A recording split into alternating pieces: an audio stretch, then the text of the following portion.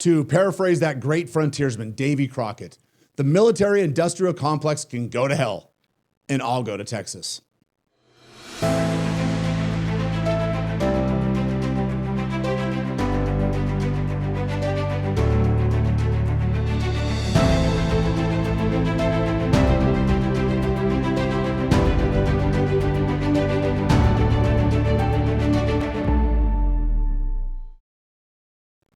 In my organization's ambition to pass Defend the Guard legislation and keep our National Guard out of any war not first declared by Congress, we have achieved milestones and won legislative victories in states as varied as Arizona, Idaho, and New Hampshire. But it has been Texas, where our bill has received the most demonstrable popular support. On Tuesday, the Lone Star State gave voters their first opportunity in the nation to officially endorse the Defend the Guard Act at the ballot box.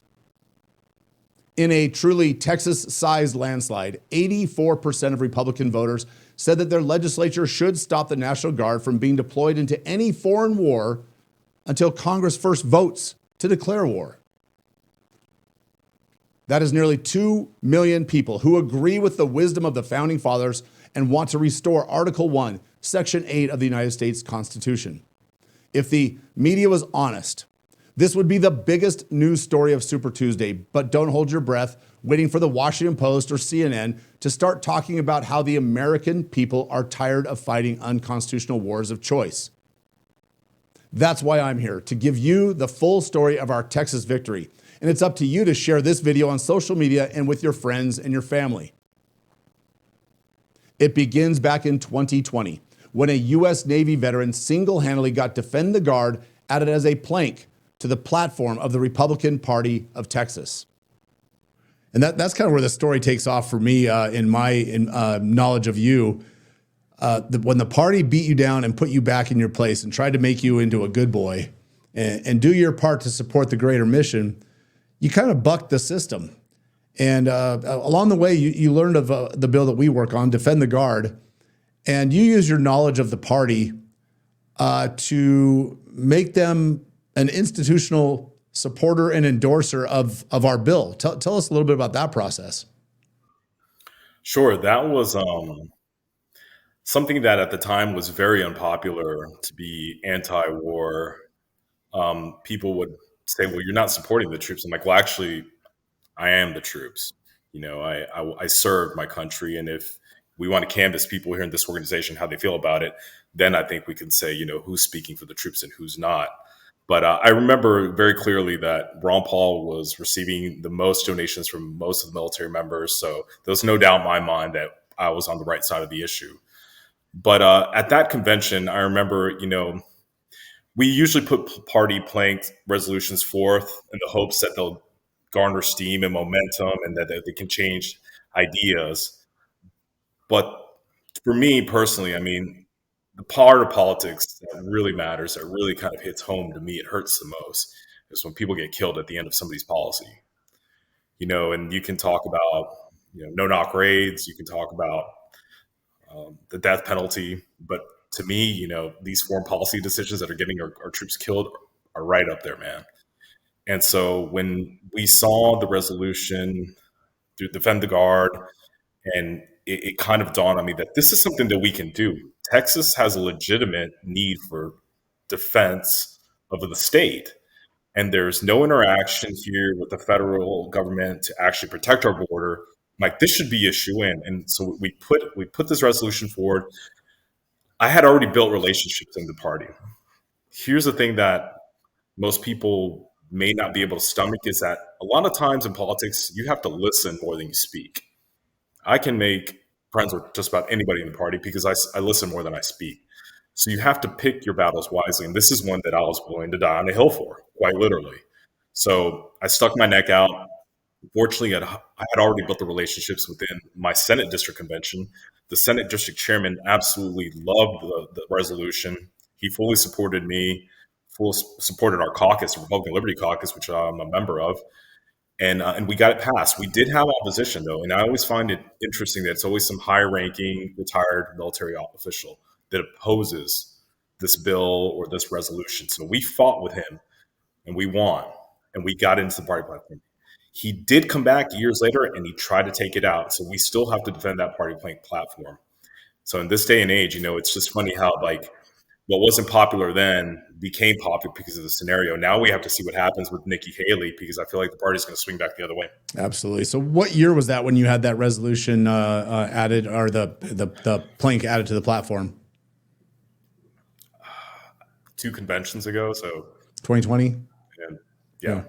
So it's really interesting, and for those that are maybe a little outside of baseball and they don't really pay attention to how the party works, the state everybody knows the Republicans stand for one thing and Democrats stand for another, and they're generally opposite on just about everything.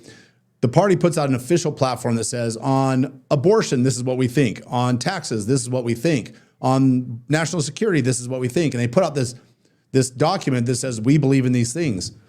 And what Louis did is he took this to the state convention where they amend that or approve it every couple of years. I think it's every 2 years in Texas.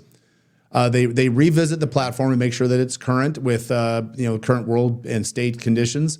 They make amendments to it. It's very vigorous. Changing it is difficult. It's like turning a cruise ship. It doesn't happen overnight. And he took the idea of defend the guard, and I believe you even used the language defend the guard in the plank, which is bold. Usually when you try and get the party to approve a concept, you talk about the concept, not about the title of the bill. But knowing what you don't know, you just hard charge and go straight ahead. And he got it adopted.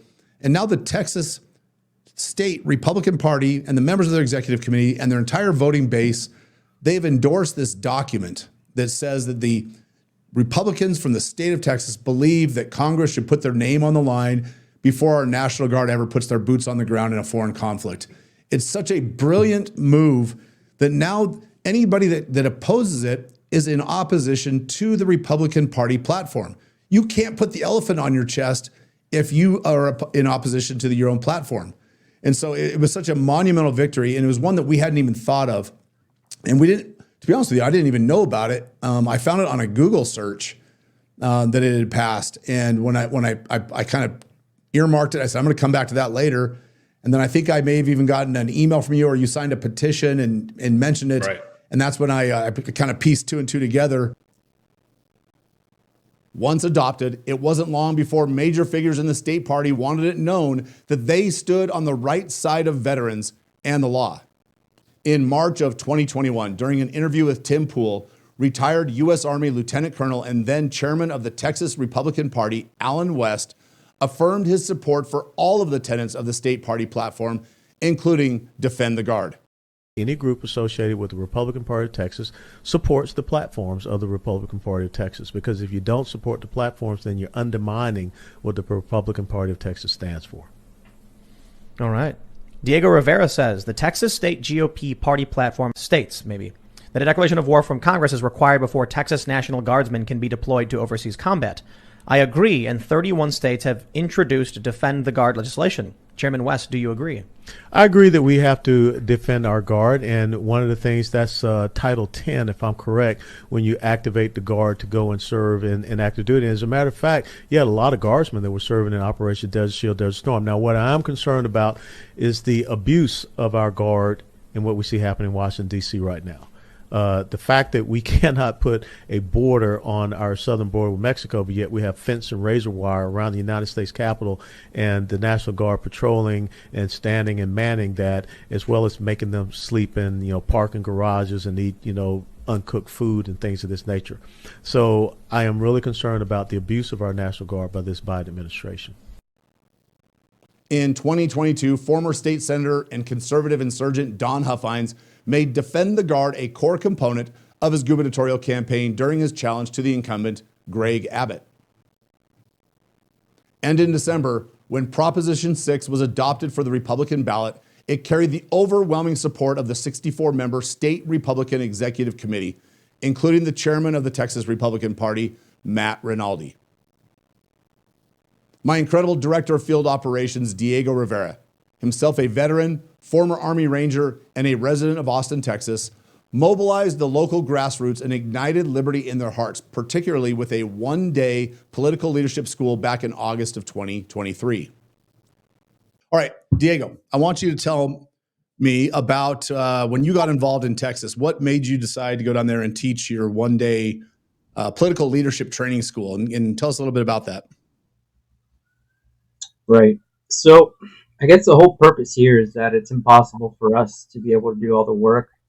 So that's why I came to you and I said, we need to teach them how to operate. In essence, it's going to be too hard for me to individualize every single one of their problems if they don't learn how to navigate around them themselves. And that's the purpose of this school. That was the purpose of the class, is that they could be self-functioning so that they wouldn't have to call me for every little thing, so that they can learn how to navigate the grassroots, how to be confrontational, how to be successful, learn what tactics to use, what not to use. So we've taught these schools a number of times, you and I together. And oftentimes we have a great class that's engaged. They're taking notes. They leave the class at the end of the day and they're fired up and they're ready to go change the world. And then nothing happens. They never take that first step. And we all know that the most difficult step of any procedure is the first one. What happened in Texas that made your class so effective that people left the class? Was it because, I know it was because I wasn't there. You taught it yourself in your own way, but something happened. There was some sort of a baptism, some sort of an awakening, because when they left the class, they went to work. Now, they had a lot of the groundwork already laid, but when they left energized. Yeah, and I still think overwhelmingly whenever people attend, they want to do the right thing. Sometimes bad leadership in certain, areas might cause some people not to do work. But here we had different groups. We had the Republican Liberty Caucus and we had the Texas LP present. And this is, I believe these are groups that are desperate they're true believers. Can't accuse them of not being that. And then just finally being given a strategy for getting things done, where I feel like I don't think that they would deny that's been their sin, is they've never had access to real tools and how to utilize them in order to get something, not to fall for these myths like, oh, well, if we sine wave, people will come to it, so they're not delusional in that sense. So when they took it, they ran with it. And it's just as I predicted, and I knew that it would happen, that you start educating people on giving them these tools, that when they utilize it, the tree will bear fruit. And that's exactly what it did. Armed with a new knowledge of confrontational politics and lessons that it takes other activists a lifetime to learn, dedicated members of the Republican Liberty Caucus in Texas made phone calls to party functionaries and drummed up statewide support among their neighbors and communities. Our hard work has paid off with a stunning victory of 84%. It's an America First signal flare that can be seen across the United States. With this popular mandate in our hands, my team at Bring Our Troops Home can continue the fight to end our endless wars. But we need your help. Visit bringourtroopshome.us to learn more about the organization. And most importantly, click on the Join Us tab so you can pledge a financial contribution to the cause. Small donations of just $20 are the lifeblood for nonprofits like Bring Our Troops Home. And we need resources to capitalize on our Texas victory. Because Davy Crockett didn't surrender at the Alamo, and we are not going to surrender to the war party, to any war pig, or any other traitor to the Constitution. So come join millions of Texas conservatives and enlist in our veteran-led movement to defend the Guard.